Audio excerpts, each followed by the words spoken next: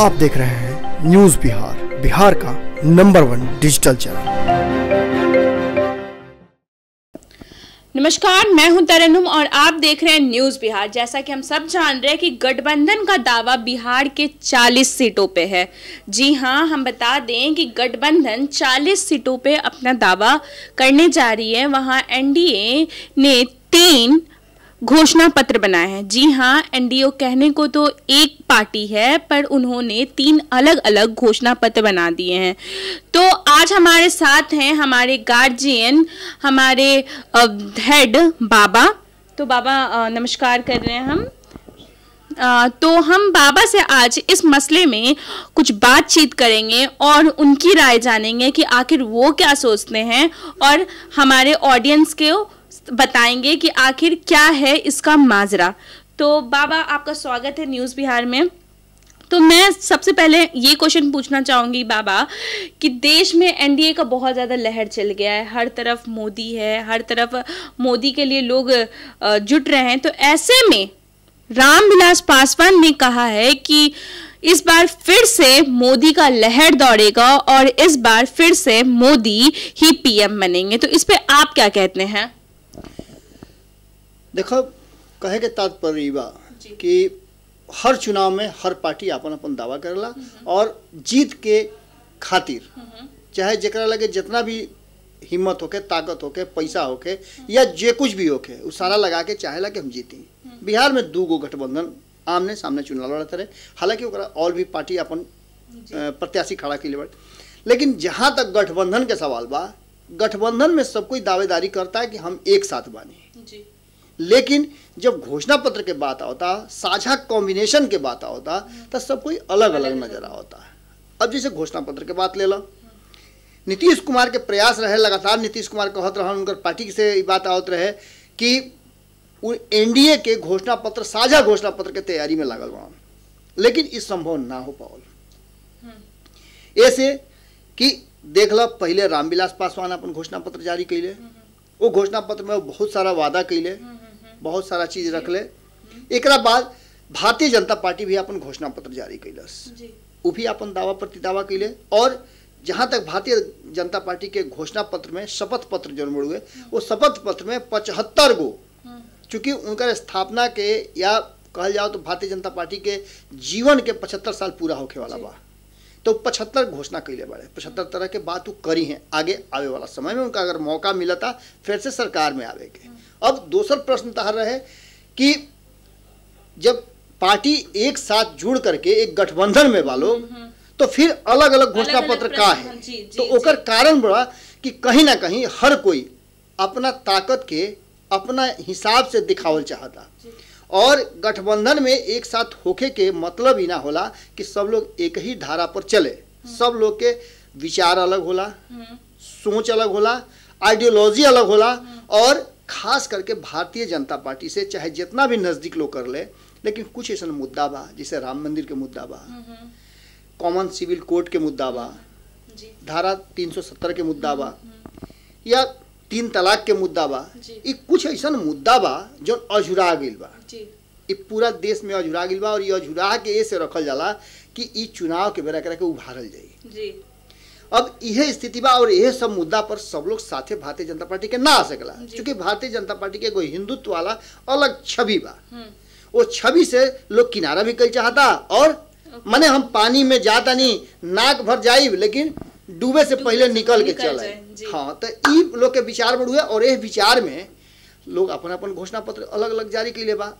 ओकरा में प्रश्न तहारी हो रहे कि रामविलास पासवान जौन बाड़न वो ई दावा कैले है कि अब की हाली फिर से नरेंद्र मोदी के ही सरकार बनी और वह प्रधानमंत्री बनी। रामविलास पासवान के चुनावी मौसम वैज्ञानिक कहल जाला। और ई नाम उनका के लालू प्रसाद दिले रहा। लालू प्रसाद जेल में बाड़न, जेल में रहला के बावजूद भी बिहार के राजनीति में लालू प्रसाद कहीं ना कहीं ट्रेंड करता है। अब स्थिति बा कि रामविलास पासवान के दावा जितना भी होके, लेकिन जौन रुझान आ रहा बा, जौन जनता के ओपिनियन आ रहा बा, वो ओपिनियन कुछ अलग बात कहता है। अभी तक की पूरी तरह से, हालांकि पार्टी तो दावा करबे करी है, लेकिन जौन रुझान आ रहा बा ओकरा में अभी 50-50 के चांस हमनी तक जो सूचना बा ये हमनी के जो गुप्तचर अलग अलग जगह जा करके सर्वे कर रहा बड़न और जनता से बातचीत कर। तू काल बात कैले रहो गांधी मैदान में, जी कल मैंने और गांधी मैदान में बात कैलू तो लोग तरह के मिला जुला प्रतिक्रिया दिले रहे। केहू स्पष्ट रूप से ना कहल कि ना मोदी ही के ही सरकार बनी या फिर कांग्रेस के सरकार। अब ये स्थिति से निपटे खातिर एक एगो रास्ता बा कि दावा सब कोई करी, और ये दावा में रामविलास पासवान आखिर दावा काहे ना करस। अगर वो ना दावा करी हैं तो उनका परिवार के 3-3 गो सदस्य जी, उनके बेटे, उनके या कहल जाओ तो रामविलास पासवान मिला के 4 सदस्य जी। रामविलास पासवान तो ऑलरेडी पहले से वो जीत चुकल बाड़े। एकमात्र ऐसा लोकसभा चुनाव में रामविलास पासवान बाड़न जौन की राज्यसभा से जाए के अपन टिकट कंफर्म कर ले बाड़े और उनकर जीत पक्का बा। जैसे कि राज्यसभा में उनकर केहू से कोनो लड़ाई नहीं है। अब 3 गो उनकर बेटा और 2 गो भाई ई सदन में जाए खातिर पूरा एकदम हाथ गोड़ छितरा रहल बड़न। आपन सीट दे दिले बड़न अपने भाई, छोट भाई के पारस के, पशुपतिनाथ पारस के जो बिहार सरकार में मंत्री बड़न। अब इस सब बात के मिला जुला करके रामविलास पासवान के दावा के कितना मजबूत बा ये तो 23 मई के पता चली जब चुनाव के वोट के रिजल्ट खुले। लेकिन जो स्थिति अभी तक जहाँ तक पशुपतिनाथ पारस के बाद बा, पशुपतिनाथ पारस के बारे में हम बतौल ही रहनी है।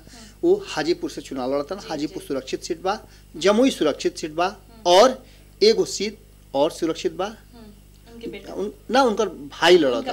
हाँ, रामचंद्र प्रसाद चुनाव लड़ता। अभी 3 गो रिजर्व सीट बुढ़ुए और 6 सीट में बिहार में 40 सीट में से 6 सीट रिजर्व बा, जौना में 3 गो सीट पर ही खुद लड़ता लोग एलजेपी के कैंडिडेट। तो रामविलास पासवान निश्चित रूप से बा कि वो मोदी के बड़ाई करबे करी है और मोदी के बड़ाई करने का लाजमी भी बा, ऐसे कि वो गठबंधन में शामिल बा। बाबा के साथ रहते रहते मैं भी शायद कहीं भोजपुरी सीखने लगी हूँ, ये तो अच्छी बात है। वैसे ये देखना काफ़ी दिलचस्प होगा कि रामविलास पासवान ने जो दावा किया है वो सच होगा कि नहीं, ये तो देखना काफ़ी दिलचस्प होगा। आगे हम पूछते हैं बाबा से दूसरा क्वेश्चन। बाबा, जैसे कि रामविलास पासवान ने भी अपना घोषणा पत्र तैयार किया है, उसमें उन्होंने प्रमुख रूप से शिक्षा और काम को लेकर जो एम्प्लॉयमेंट है और एजुकेशन को लेकर बहुत ज़्यादा फोकस किया है, उस चीज़ पे बहुत ज़्यादा उस चीज़ को स्थान दिया है। तो इस पे आप क्या कहना चाहेंगे? देखो 2014 में भी बहुत सारा घोषणा भई रहे। घोषणा पत्र में जरूरी नहीं है कि जो बात कहल जाता वो पूरा कही जाओ। अब तक तो यह ट्रेंड रहल बा कि पार्टी घोषणा पत्र जारी करेले, लोक लुभावन वादा होला और ओकरा आधार पर चुनाव में लोग जाला, जनता समझेली कि अभी सब वादा हमार पूरा हो जाए। जैसे तरह याद हुई कि पिछला चुनाव में मोदी जी के वादा रहे 15 लाख रुपया सब कोई के खाता में चल जाए। जनधन योजना न जनधन योजना ना पैच पर जनधन योजना पैच मोदी जी के वादा रहे कि 15 लाख सब लोग के खाता में चलाई, 2 करोड़ लोग के हर साल रोजगार दी हैं। ये वादा सबसे मुख्य वादा में रहे। भारत विश्व के सबसे युवा देश बा, 65% से ज्यादा लोग युवा बाड़े और बेरोजगारी बहुत ज्यादा बा। एगो स्कीम भी चलौले स्किल डेवलपमेंट, लेकिन उनकर पूरी तरह से फ्लॉप साबित हुई। ऐसे कि अगर फ्लॉप साबित ना हुई तो वो विभाग के मंत्री के हटावे के कोनो जरूरत ना रहे। अब वादा के जहां तक बात बा कि रामविलास पासवान भी जैसन तू कहलू कि रामविलास पासवान अपन घोषणा पत्र जारी के लिए बड़े शिक्षा के प्रायोरिटी बा, एक साथ साथ रोजगार के प्रायोरिटी बढ़ुए, एक साथ साथ गरीबी दूर करे के भी वादा हुई, एक साथ आरक्षण देवे के भी वादा हुई। वादा बहुत कुछ हुई, वादा निभाना जरूरी। लेकिन यह वादा के साथ कितना खड़ा रही लोग आगे जीतला के बाद, ये बहुत इंपॉर्टेंट बात बा। और जितना ही 2 महीना नजर आई, लोग हेलीकॉप्टर से घूमी, लोग पैदल घूमी, लोग गाड़ी से घूमी, लोग जय जयकार हुई, विरोध हुई, सब कुछ नजर आई।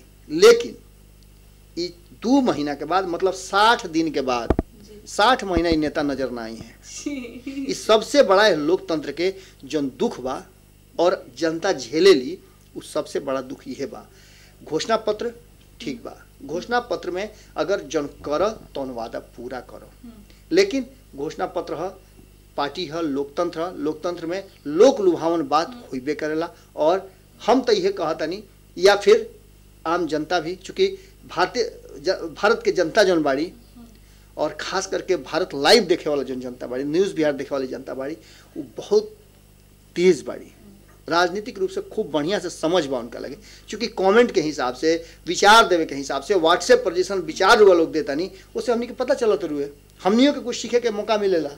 और व्हाट्सएप पर लगातार तू भी देखत रहू कि विचार आ रहा बा कि हैजा के का भइल, हैजा के स्थिति बा, हैजा हमने के पूरा आकलन करता जा, हमने के सर्वे भी लाइव जा।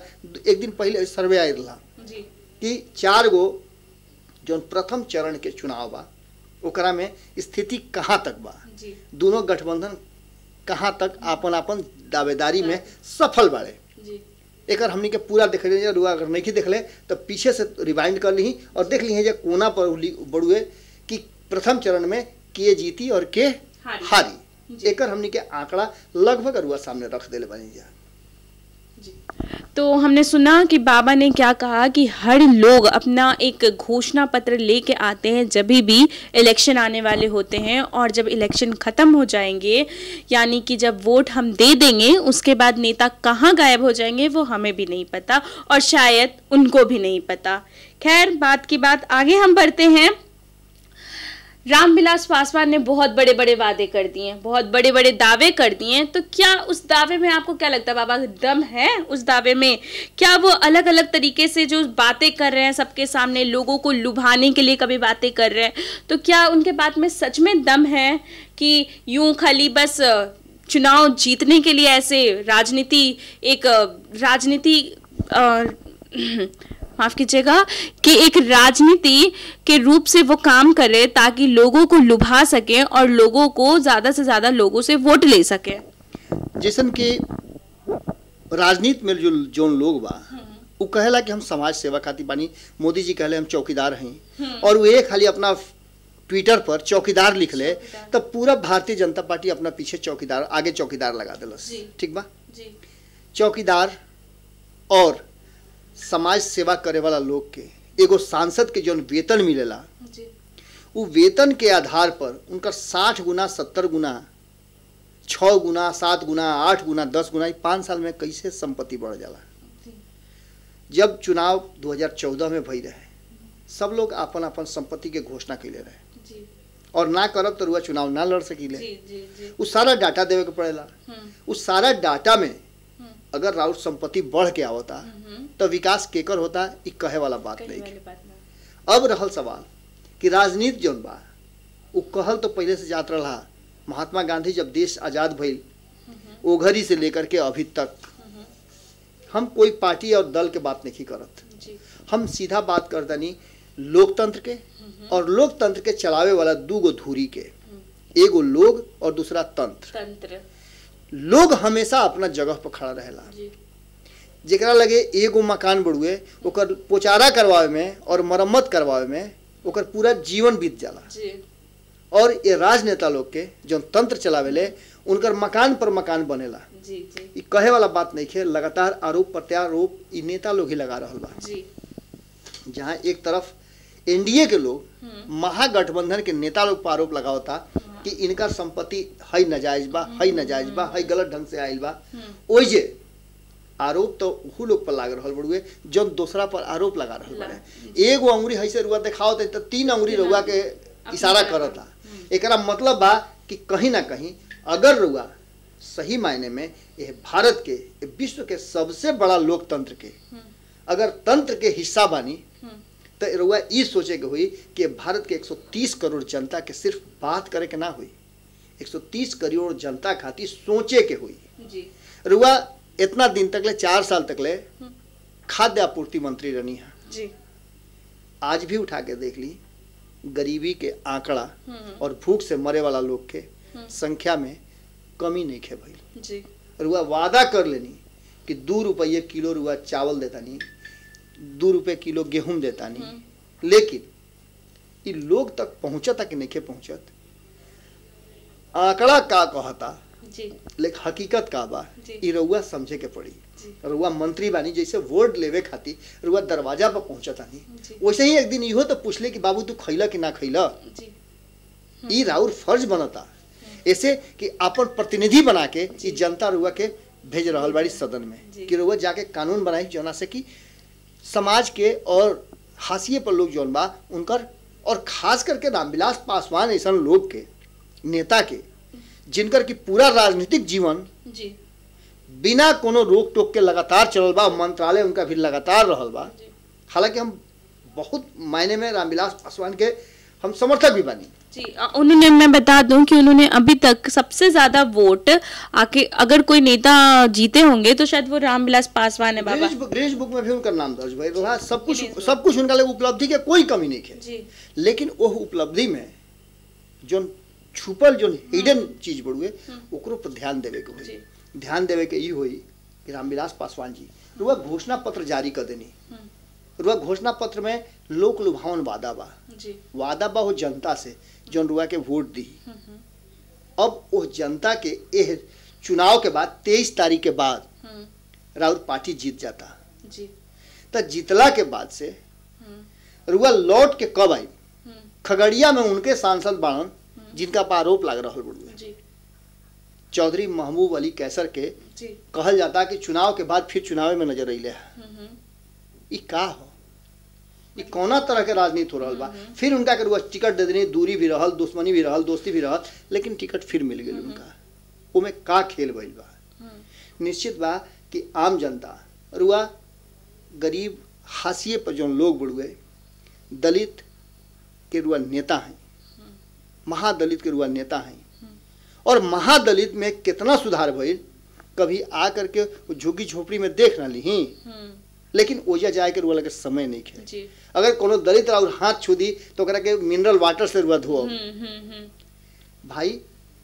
वोट उहे लोग देवेले और वो लोग के वोट खातिर घोषणा पत्र से ज्यादा वो लोग के आत्मसात करे के जरूरत बा, वो लोग के संगे बैठे के जरूरत बा, वो लोग के मजबूरी जो जमीनी हकीकत बा ओकरा के जानल जरूरी बा।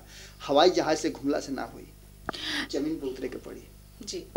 तो जैसा कि देखा हमारे बाबा ने बहुत अच्छी बात कही कि लोगों को घोषणा पत्र से नहीं बल्कि उनके पास जाके उनकी जमीन से उनसे बात करके उनके साथ रहकर उनसे बातें करें और इस ऐसे वोट मांगे, ना कि नए नए घोषणा पत्र से नए नए लालच देके लोगों को वोट मांगे। तो धन्यवाद बाबा हमसे बात करने के लिए, शुक्रिया आपका एक बार फिर से।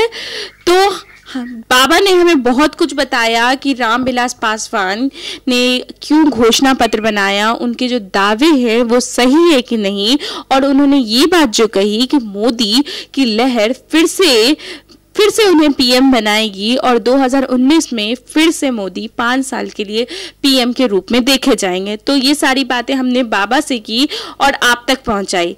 तो इसी के साथ मैं तरन्नुम आपसे अलविदा लेना चाहूंगी, और अगर आपको ये वीडियो पसंद आया तो लाइक और सब्सक्राइब करना ना भूलें, और हाँ, हम कमेंट बॉक्स में हमें सजेशन ज़रूर दें और हमें बताएं ज़रूर कि आपके क्या विचार है। और इसी के साथ धन्यवाद हमारा वीडियो देखने के लिए। Thank you. हमारे फेसबुक पेज को लाइक करें, ट्विटर पर फॉलो करें न्यूज़ बिहार लाइव, और साथ ही साथ हमारे यूट्यूब चैनल को सब्सक्राइब करें। सब्सक्राइब करने के बाद बेल आइकन दबाना ना भूलें। धन्यवाद।